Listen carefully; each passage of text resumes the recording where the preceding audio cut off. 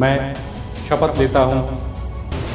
नमस्कार, आप देख रहे हैं न्यूज़ बीके। मैं हूं आपके साथ नवीन विश्वकर्मा।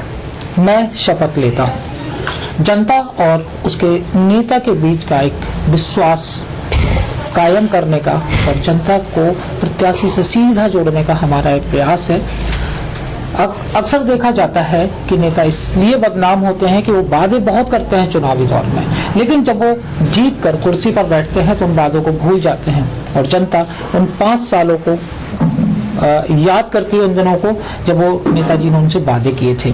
इस कार्यक्रम की श्रृंखला को आगे बढ़ाते हुए आज हम आए हैं झांसी में और कांग्रेस के प्रत्याशी भगवान दास जी हमारे साथ में हैं। इनसे चर्चा करेंगे। सर, बहुत बहुत स्वागत है हमारा इस खास कार्यक्रम में।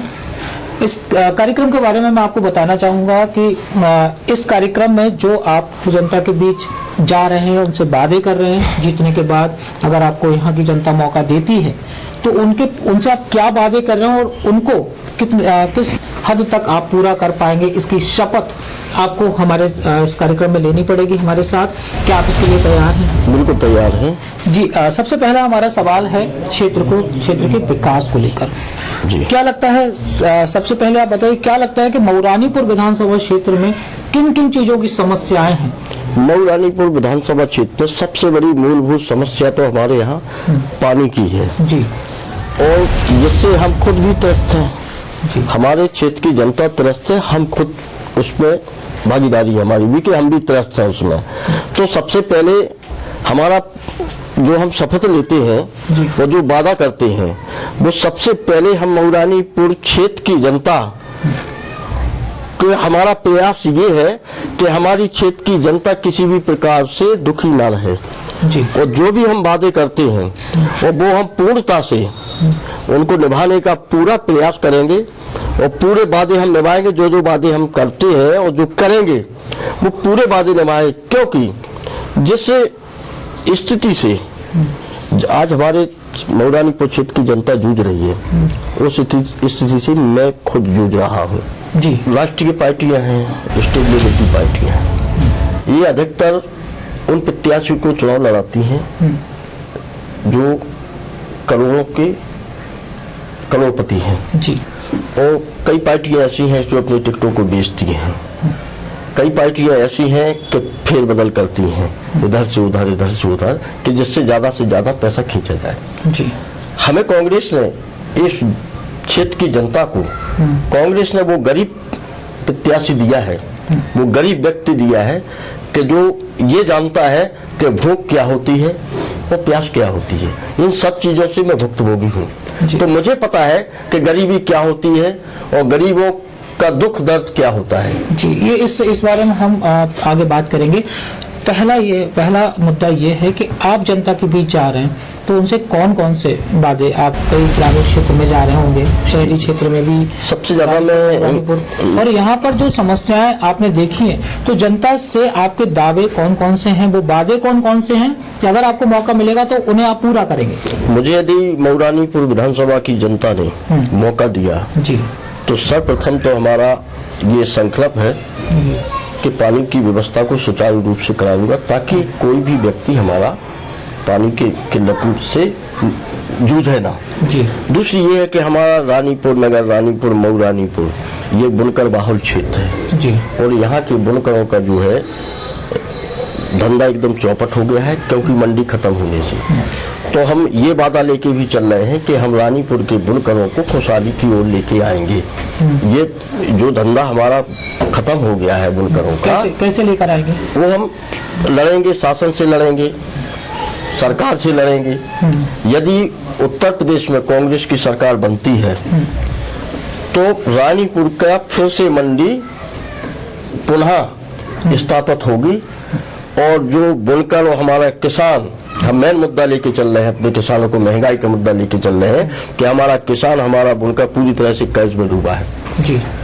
तो हमने वादा किया है कि इनका, किसानों का, बुनकरों का पूरा संपूर्ण कर्जा माफ करेंगे हम, और वो हमारी टेंशन है कि हम कैसे माफ करेंगे, लेकिन करेंगे। यदि 2022 में मेरी सरकार बनती है पूरे किसानों का कर्जा माफ किया सरकार की जाएगा। बात करें, जैसे मीडिया भी कह रहा है, और आज की वर्तमान स्थिति देखें तो कांग्रेस उत्तर प्रदेश में काफी पीछे जा चुकी है। अगर आप चौथे नंबर की पार्टी बताई जा रही है, हम नहीं कहते ये आज एक बड़े बड़े जो न्यूज एजेंसीज हैं उनके जो सर्वे हैं वो बताते हैं कि कांग्रेस पिछड़कर चौथे नंबर पर आ गई है।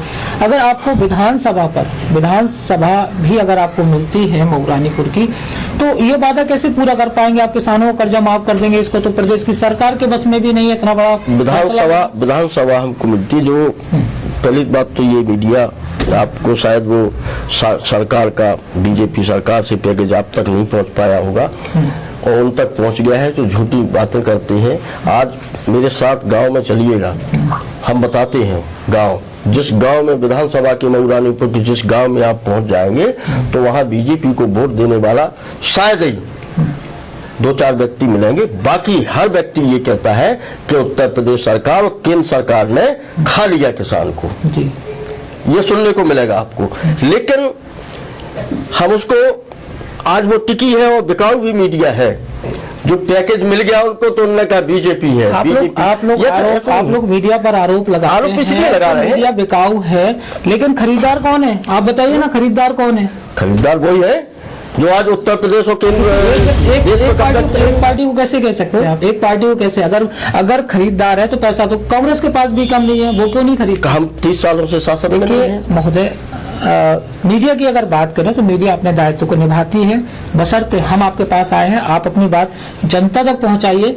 मीडिया पर सवाल खड़े करने से आप पीछे देखिए, सिर्फ मीडिया आपको वोट देकर नहीं जिताती है, वोट देती है जनता, और आपको एक पद पर बिठाती है जनता, मीडिया वाले नहीं। मीडिया वाले उस चीज को दिखाते हैं, कुछ सबका नजरिया अलग अलग हो सकता है, लेकिन बिकाऊ कहकर आप मीडिया का अपमान ना करें। फिलहाल इस विषय को छोड़ते हैं और हम ये जानते हैं, क्योंकि मैं आज प्रत्याशी हूँ, कांग्रेस पार्टी ने मेरे ऊपर विश्वास जताया, मुझे टिकट देकर प्रत्याशी बना दिया जी। इसके पहले मैं जिलाध्यक्ष भी हूँ जी, आपको बताया, तो मैं पूरे जिले को जानता हूँ और एक एक गांव में घुसा हूँ जिले में, तो मैं जानता हूँ लोगों की पीड़ा, मैं जानता हूँ लोगों की आत्मा से क्या निकल रहा है। लेकिन पता नहीं जो मीडिया दिखा रही है उसको कहाँ से मिल जाता है कि वो बीजेपी इतनी सीटें जीत रही है।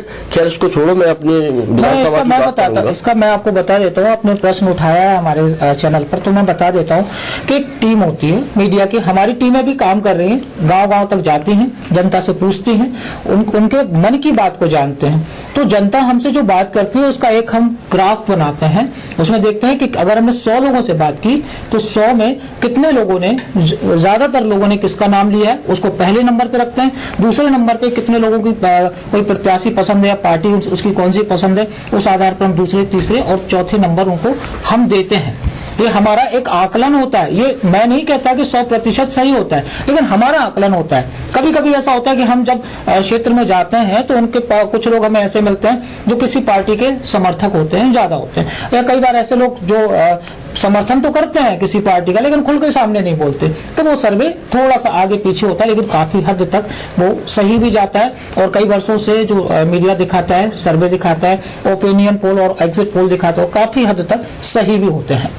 तो चूंकि बात करते हैं मुद्दे की, तो शपथ की बात करते हैं जी। शपथ आपने बताया कि पानी की समस्या को दूर करेंगे, शिक्षा और स्वास्थ्य के लिए क्या सोच रखा है आपने? क्या मऊरानीपुर में उसकी जरूरत नहीं है? बिल्कुल बहुत जरूरत है। हम ये आपके इस शपथ के कार्यक्रम में जी हम भी शपथ लेते हैं कि यदि मऊरानीपुर की जनता ने हमारे ऊपर विश्वास और भरोसा जताया तो मैं शिक्षा और स्वास्थ्य को लेकर के मैं जानता हूँ कि कितना पिछड़ा हुआ इलाका है जी। कई स्कूलें हैं जहाँ आज तक लाइट नहीं पहुँच पाई, कई गांव हैं जहाँ मैं 2 दिन धरने पर रहा, वहाँ यारा गांव है कटिया देहात का, जहाँ आज भी लोग अंधेरे में अपना जीवन यापन कर रहे हैं। तो ये हम ये अपने आप में खुद ये कसम खाए हुए हैं कि जो गांव हमसे वंचित हैं, उन संसाधनों से वंचित हैं, तो जितना हमसे बनेगा वो मैं जरूर अपने वादों पर खरा उतरूंगा और उन गांवों का विकास करूंगा जो आज तक विकास से वंचित रहे हैं। ये शपथ हमारी है। और जो हमारे भाई और जो हमारी बहनें, और आजकल देख रहे हैं कि हमारी बहनें, हमारी माताएं अपने आप को असुरक्षित महसूस करती हैं जी। तो उसके लिए भी हम तत्पर, बिल्कुल तत्पर रहेंगे। हमारी तो एक आदत है कि अगर रात को 12 बजे फोन आता है तो मैं 12 बजे उस व्यक्ति के यहाँ पहुँचता हूँ जिसने मुझे फोन किया। ये मेरी स्वभाव में भी है और मैं पहुँचता हूँ। और इसलिए हमारी क्षेत्र की जनता हमारे ऊपर विश्वास जताती है कि भगवान दास कोरी एक ऐसा व्यक्ति है, एक छोटे परिवार से है कि हर वक्त कहीं ना कहीं उपलब्ध होता है। जी। तो क्या आप शपथ लेने के लिए तैयार हैं कि जो आज हमारे चैनल के माध्यम से, न्यूज़ वीके के माध्यम से आपने जनता से वादे किए हैं, इनको पूरा करेंगे? बिल्कुल बिल्कुल बिल्कुल। मैं शपथ लेता हूं कि जो वादे किए हैं और जो भी जनता को जितनी भी मेरी आवश्यकता होगी, मैं आज शपथ लेता हूं कि उन वादों पर मैं पूरा करूंगा और जनता के विश्वास पर खरा उतरूंगा।